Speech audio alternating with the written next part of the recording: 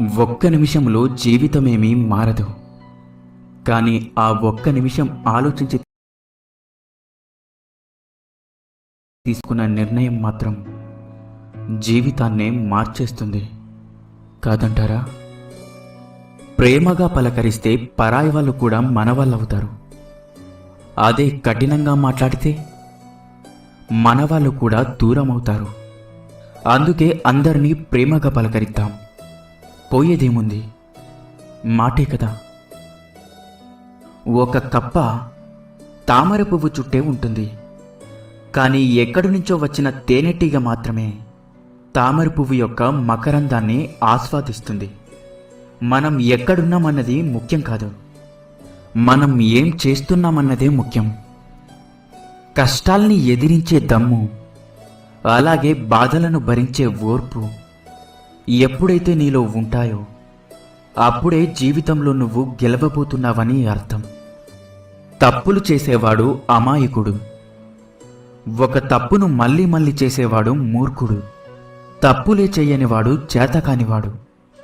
తనకు తెలియకుండా తప్పును చేసి తనకు తెలిసి ఆ తప్పును సరిదిద్దుకునేవాడే మనిషి. అర్థమైందనుకుంటా. ఇది కలియుగం కాదు, అవసర యుగం. ఎప్పటి వరకైతే మనం ఇతరులకు నచ్చినట్లు బ్రతుకుతామో అప్పటి వరకు చాలా మంచివాళ్ళం.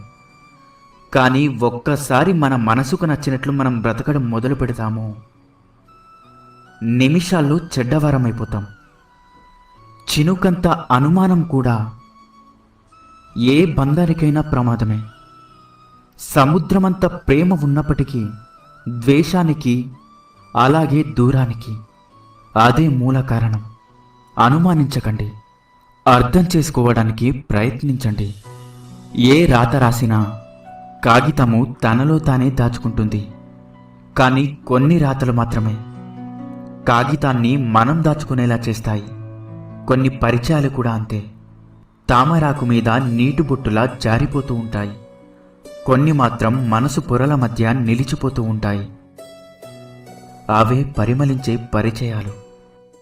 కాదంటారా? నీ బలం ఎవరికీ తెలియకపోయినా బ్రతికేయవచ్చు.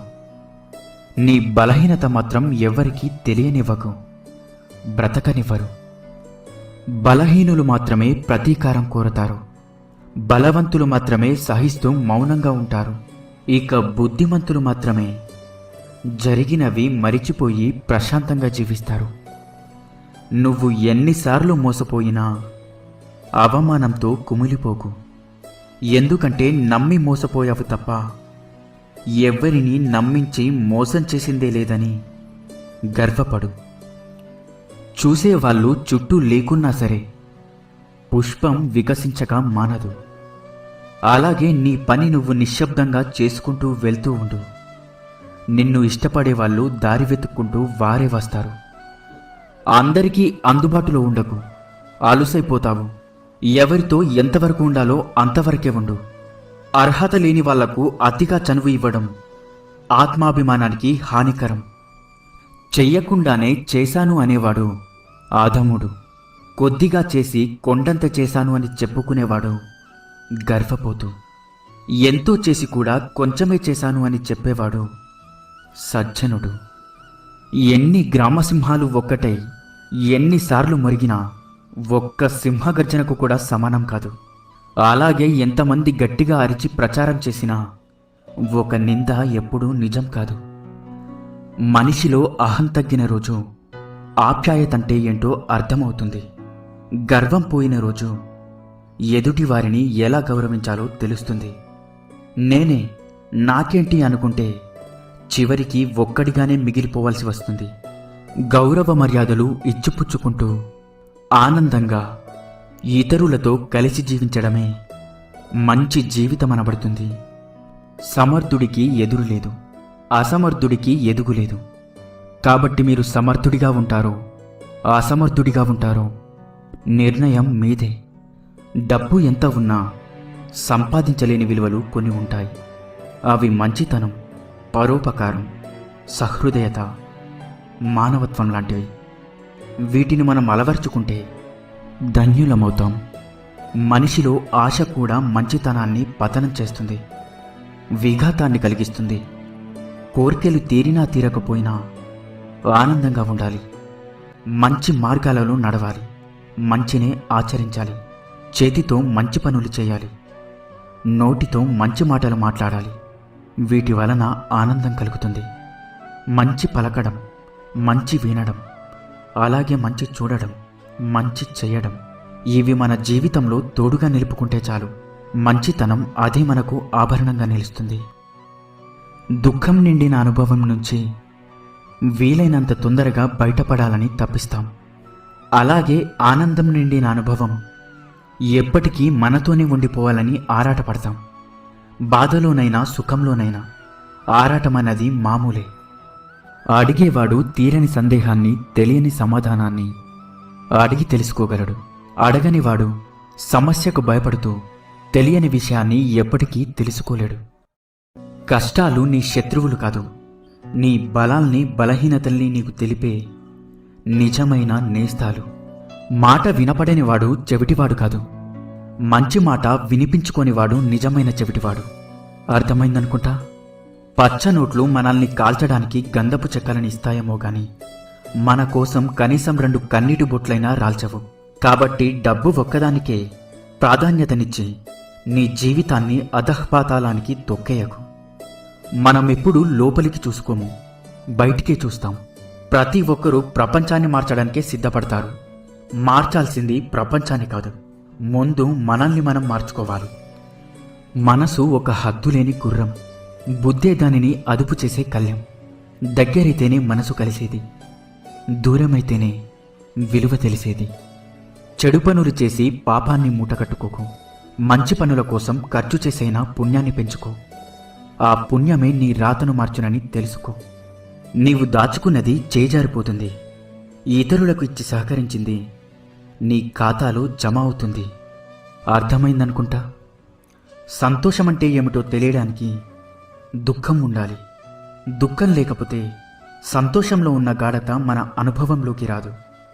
కోపంలో మాటలు తూలి ఇతరులని దూరం చేసుకునే దానికన్నా క్షమించో, క్షమాపణలడిగో దగ్గర చేసుకుంటే మీకు శత్రువులు తగ్గుతారు. జీవితం ప్రశాంతంగా ఉంటుంది. తెలియంది తెలుసుకుంటే జ్ఞానం, తెలిసింది దాచుకుంటే అజ్ఞానం కాదంటారా? మంచి మాట, అలాగే మంచి ఊహ మనిషికి, మనసుకు ఎంతో ఆరోగ్యకరం.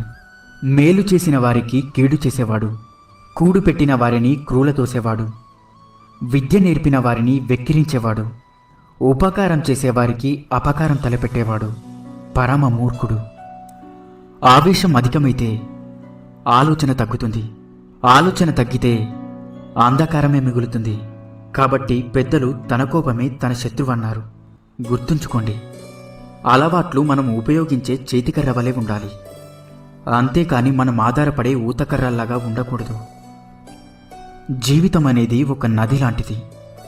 అడ్డంకులనన్నీ ఎదుర్కొంటూ ముందుకు సాగే నది ప్రవాహం మాత్రమే సముద్రాన్ని చేరుకోగలుగుతుంది. అలాగే జీవితం అనే దారిలో రాళ్ళుంటాయి, అలాగే ముళ్ళుంటాయి. వాటికి భయపడి వెనక్కి తిరిగితే అక్కడే ఆగిపోతావు.